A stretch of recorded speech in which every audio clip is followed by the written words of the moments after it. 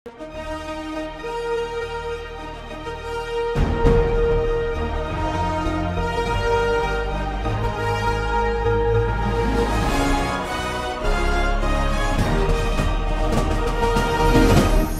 பார்த்து கொண்டிருப்பது உங்கள் ஜாஷ்வா டிவி. சகல ஜனங்களுக்கும் நற்செய்தி.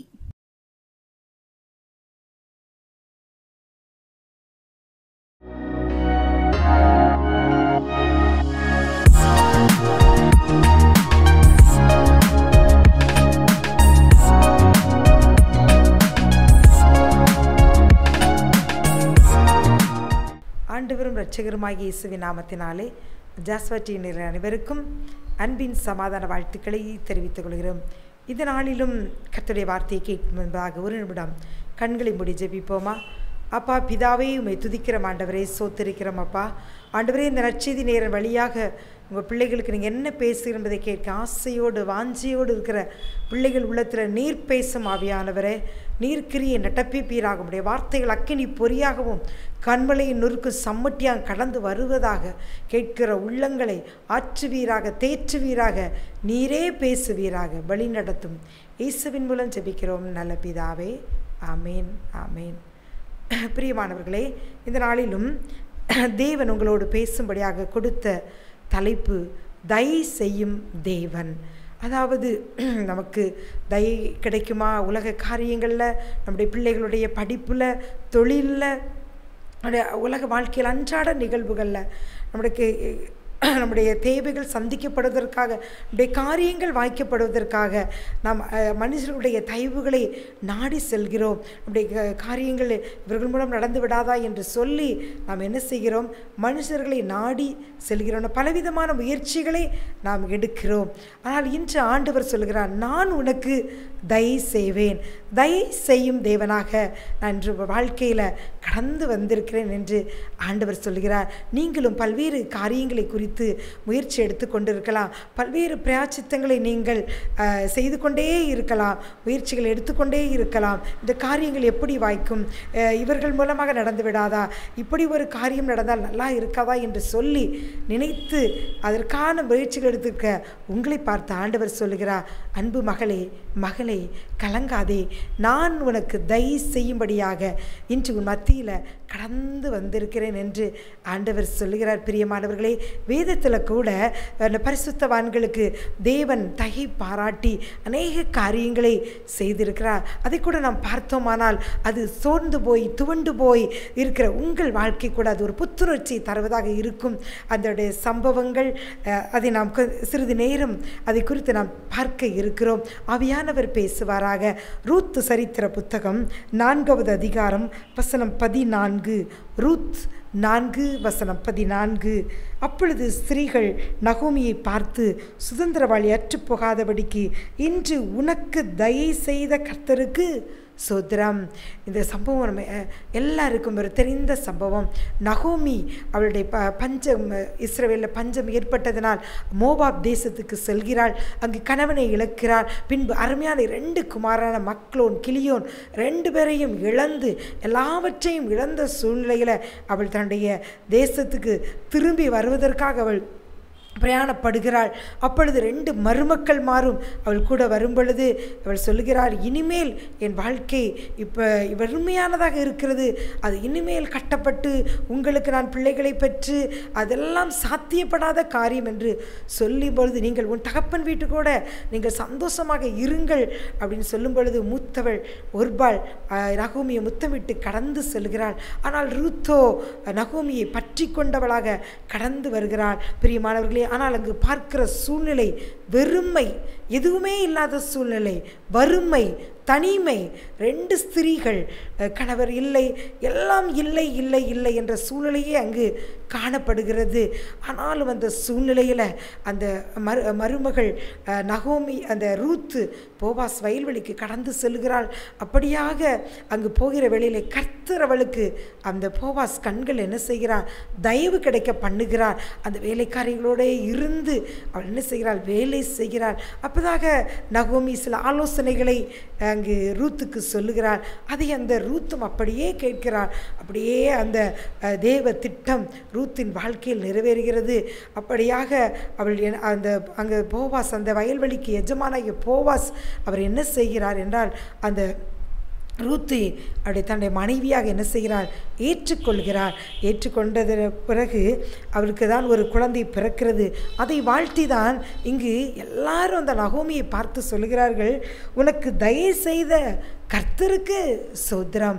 பிரியமானவர்களே, இந்த சரித்திரத்தினை வாசித்து பார்த்தோமானால் ஒரு 4 அதிகாரங்கள் தான்.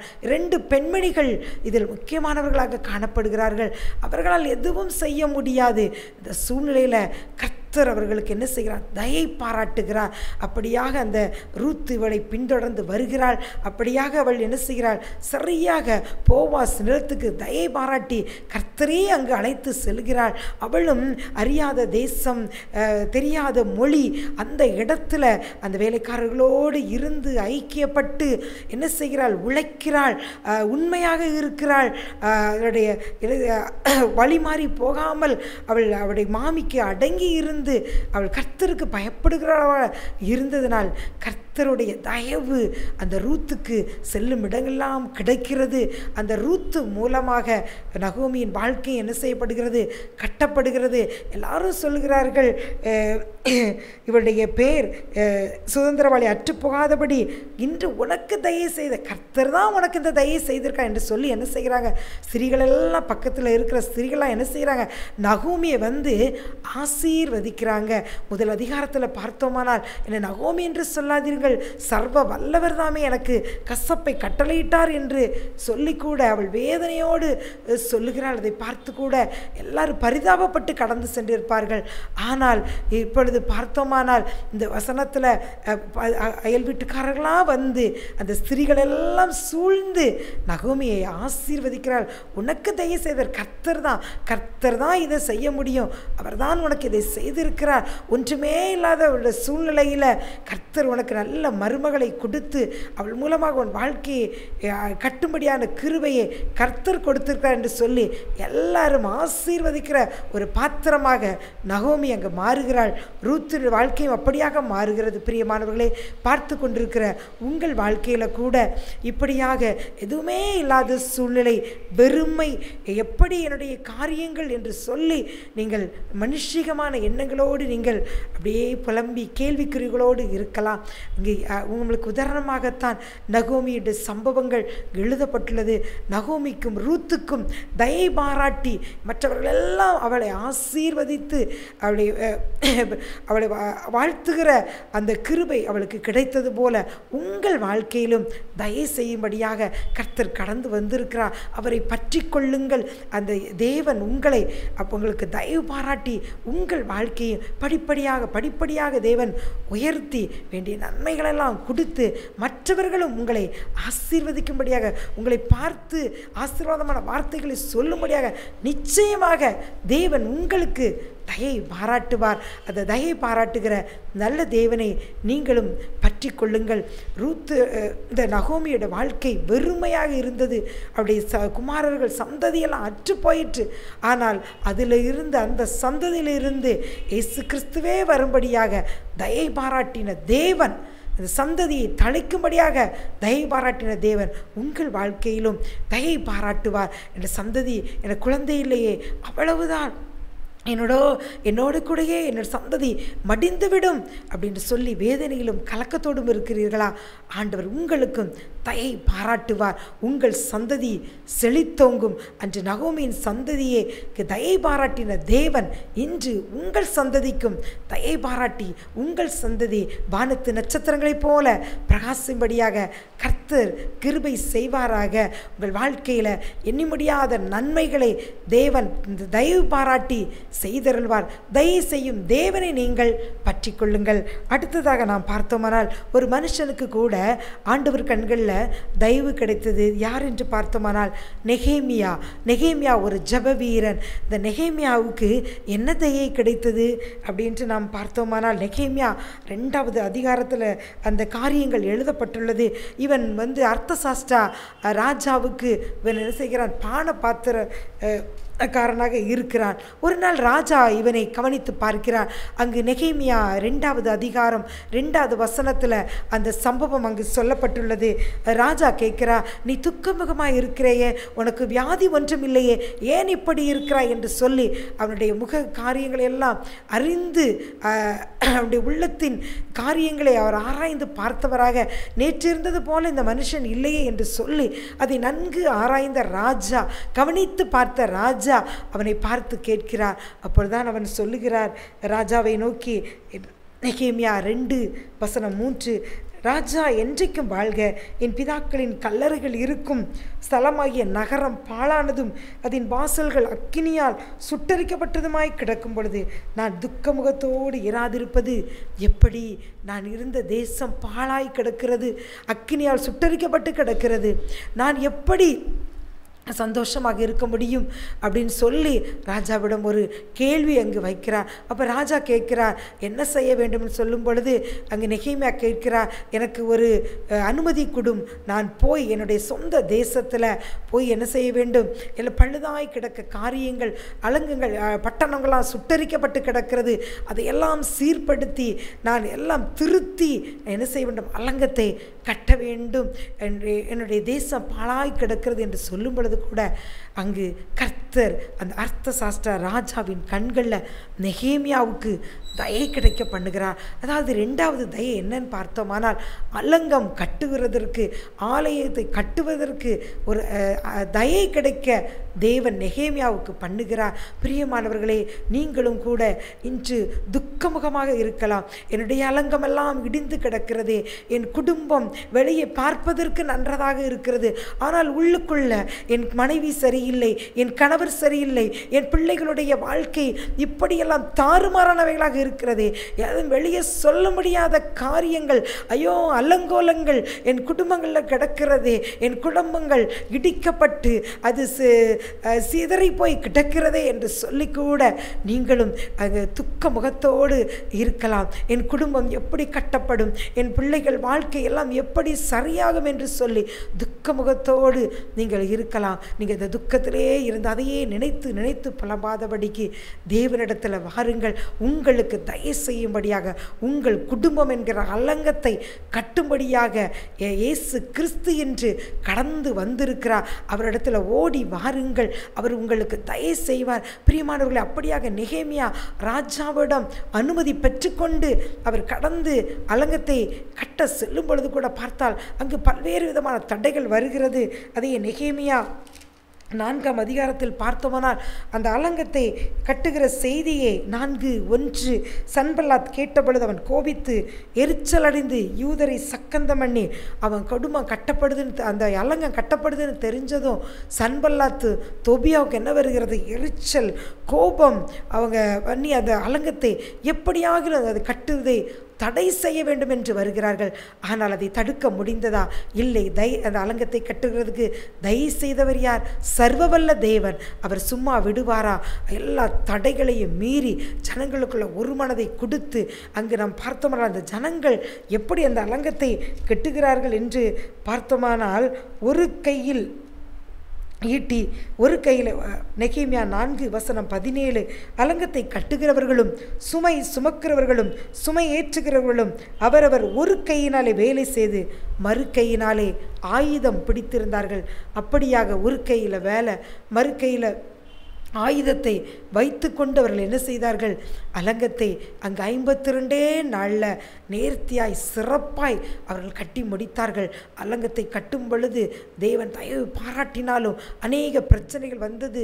சன்பல்லாத் தொபியா சொன்னார்கள், நீ என்னை வந்து பார்க்க வேண்டும் என்று சொன்ன பொழுதெல்லாம் அதற்கு எல்லாம் அவன் நெகேமியா செவி சாய்க்கவில்லை.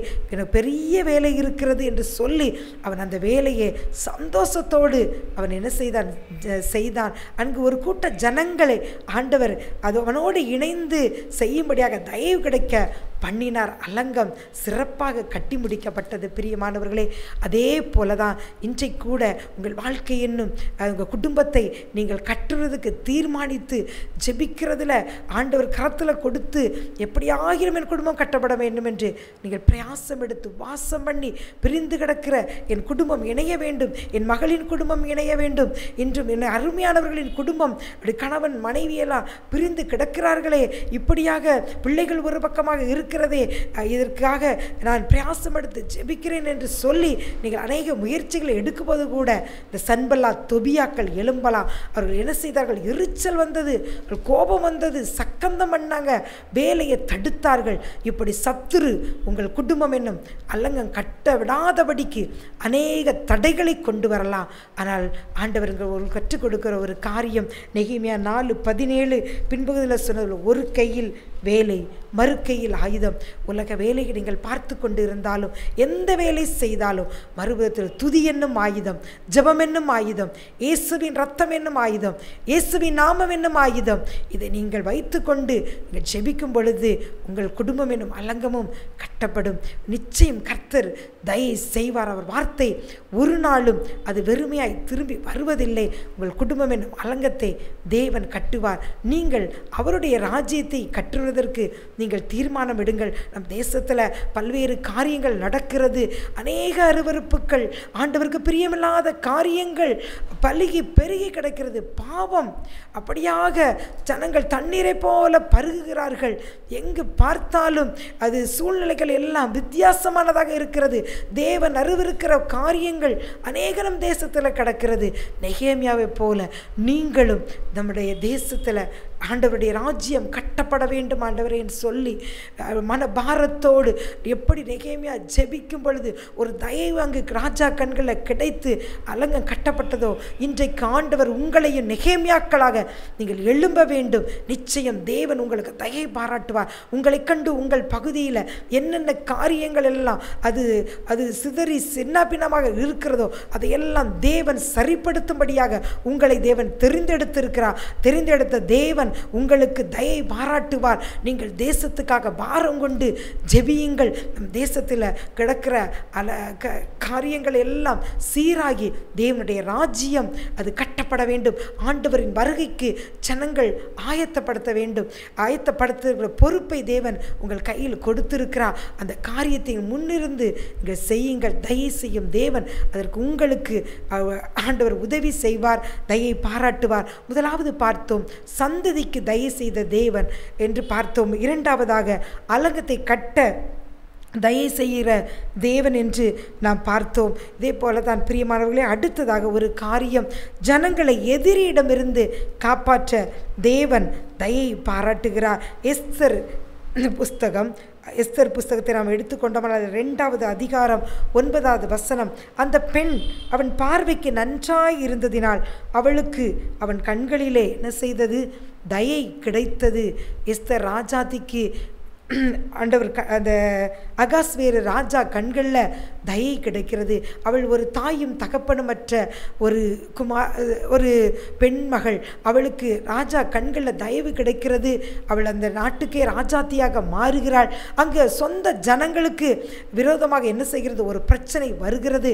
அப்பொழுது அவள் என்ன செய்கிறாள்? வாசம் இருந்து அங்கு ராஜாவுக்கு முன்பதாக பிரவேசிக்கிறாள். ராஜாவின் கண்களில் அவளுக்கு தயை கிடைக்கிறது. அவள் எஸ்தர் 5:2 பார்த்தோமானால் வசனம், ராஜா ராஜஸ்திரியாக எஸ்தர் முற்றத்தில் நிற்கிறதை கண்டபோது அவளுக்கு அவன் கண்களில் என்ன செய்தது? தயை கிடைத்தது. அப்படியாக ராஜாவோட விருந்து உண்ணுகிற வேளையில் என் ஜனங்களுக்கு விரோதமாக திட்டம் தீட்டினவன் இந்த நாமான் என்று சொல்லும் பொழுது ராஜா முதலாவது பிறப்பித்திருந்த கட்டளையை மாற்றி அங்கு என்ன செய்கிறார்? அவர் வேறொரு கட்டளையை பிறப்பிக்கிறார். அது நிமித்தமாக அங்கு யூதர்களுக்கு மகிழ்ச்சியும் சந்தோஷமும் உண்டாகிறது. அன்று எந்த நாளிலே அவர் எதிரியே அவர்களை அழிக்க நினைத்திருந்தார்களோ அந்த நாளில் தாமே இவர்கள் அவர்களை மேற்கொள்ளும்படியான ஒரு காரியம் அங்கு நடக்கிறது. அப்படி எஸ்தர் 9:5, அப்படியே யூதர் தங்கள் சத்துருக்களை எல்லாம் பட்டயத்தில் வெட்டி கொன்று நிர்மூலமாக்கி தங்கள் இஷ்டப்படி தங்கள் பகைஞருக்கு செய்தார்கள். ஒரு எஸ்தருக்கு தயை கிடைத்தது.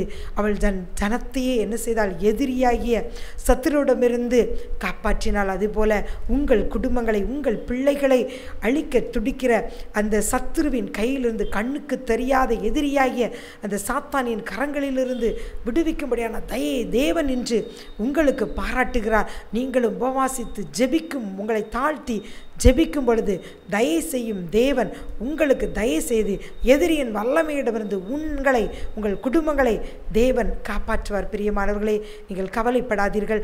இப்படித்தான் ஒரு அருமையான சகோதரர் ஒடிசா மாநிலத்தில் அவர் பல்வேறு மந்திரங்களையும் ஆண்டவருக்கு பிரியமில்லாத வணக்கங்களையும் செய்து கொண்டிருந்த, பில்லி சூனியங்களை வைப்பதில் தேறினவராக இருந்தார். ஒரு நாள் மற்றவர்களுக்கு ஒரு வியாதி என்றால் இவர் ஏதாவது மந்திரங்கள் செய்து அதை போக்குகிறதுல அந்த ஏரியாவில் அவர் ரொம்ப பிரபலமானவராக இருந்திருக்கிறார். அப்பொழுது பார்த்தால் சிறிது நாட்கள் இவர் உடல் மிகவும் பலவீனப்பட்டு ஒரு வியாதி, கடுமையான வியாதி அவரை பிடித்திருக்கிறது. என்னது பார்த்தாலும் அவருக்கு எவ்வளவோ மருத்துவம் செய்தும் இவருக்கு வியாதிக்கு நிறைய காரியங்கள் செய்து பார்த்தும் அது சரியாகவே இல்லை.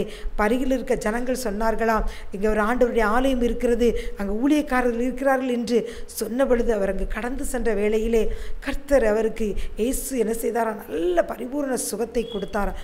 அவர் ஆண்டவரை பிடித்து கொண்டாராம். இயேசுவுக்கு சாட்சியாக மாறினார். இயேசு ஒரு நொடி பொழுதில் அவருக்கு இருந்த கடுமையான வியாதியிலிருந்து விடுதலை கொடுத்து அவர் உள்ளத்தில் என்ன செய்திருக்கார், ஒரு சமாதானத்தை கொடுத்தவுடன் அவருக்கு ஒரே சந்தோஷம். அவருடைய ஜனங்களுக்கெல்லாம் ஆண்டவர் இயேசு தான் உண்மையான தெய்வம், இப்படிப்பட்ட வியாதியிலிருந்து எனக்கு விடுதலை கொடுத்தார், நான் இந்த பாவத் தொழில் செய்தேன் என்று சொல்லி எல்லாம் அறிக்கையிட்ட பொழுது அந்த அருகில் இருந்த மக்களுக்கு அது பிடிக்கவில்லை. அவர் என்ன செய்தார்களாம், அப்படியே ஒரு சாக்கில் கட்டி இவர் அழிந்து போக வேண்டும், இவர் இயேசுவின் நாமத்தை பிரபலமாக்க கூடாது என்று சொல்லி அவர் தண்ணீரிலே அவரை தள்ளி விட்டார்களாம்.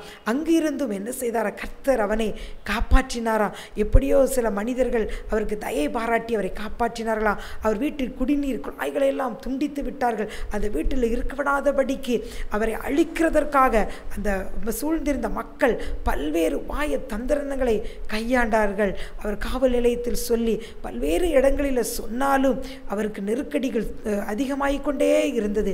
இந்த வேளையில் இயேசுவை நோக்கி முறையிட்டாரா, எனக்கு விடுதலை, வியாதியிலிருந்து விடுதலை கொடுத்த தேவன், இந்த பொல்லாத மனுஷரிடமிருந்து எனக்கு நீங்கள் தான் ஒரு விடுதலையை கொடுக்க வேண்டும் என்று சொல்லி அவர் ஜெபித்து கொண்டே இருந்தாரா.